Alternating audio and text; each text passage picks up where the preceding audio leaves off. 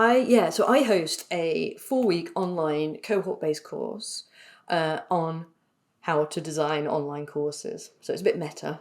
It's very fun. And the reason that I chose to go the cohort-based learning route is because for me, that is the gold standard for learning experience design. I have been researching teaching and learning now for 20 odd years, and all of the evidence shows that this kind of experience, which is active, participatory, and responsive, is the best vehicle through which to basically have an impact on outcomes. And so what the cohort-based model enables me to do is to not sell a course. So I don't go out into the world and say, here's a load of content, here's a load of information from my brain, you have it.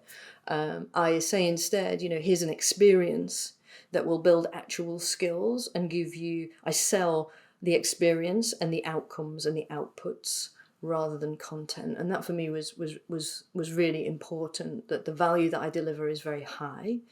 And also, as I say, the evidence shows that this kind of experience is likely to deliver a 96% engagement and retention rate compared with about 6% if I go the content route. So that kind of, that is a very, very, convincing statistic.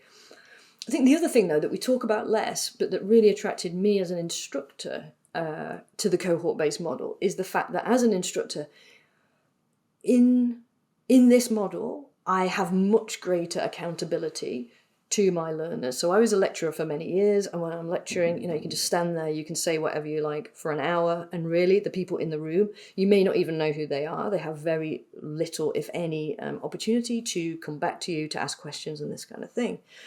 But in a cohort-based course, the fundamental, it is a bi-directional experience.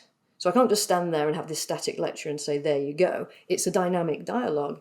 And what this means is that it's pretty scary, to be honest. And sometimes I wish it was a lecture. But it also means that it's the experience is much more valuable, it's more responsive, it's more tailored to exactly what my learners want and what they need. So it's a nice balance of what I want to tell them, but what they need to know, and absolutely rightly so, because only by finding the overlap between those two things do we find value. And I don't actually think that we talk enough about the value of cohort-based courses in this way, for the quality of instruction.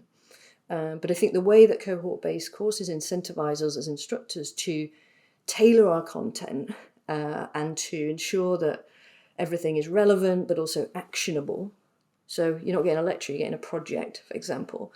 These are fundamentally the things that drive quality and impact. And I think, the accountability of the instructor is one of the reasons that these experiences are so great and have such a significant impact on learners compared with the sage on the stage approach.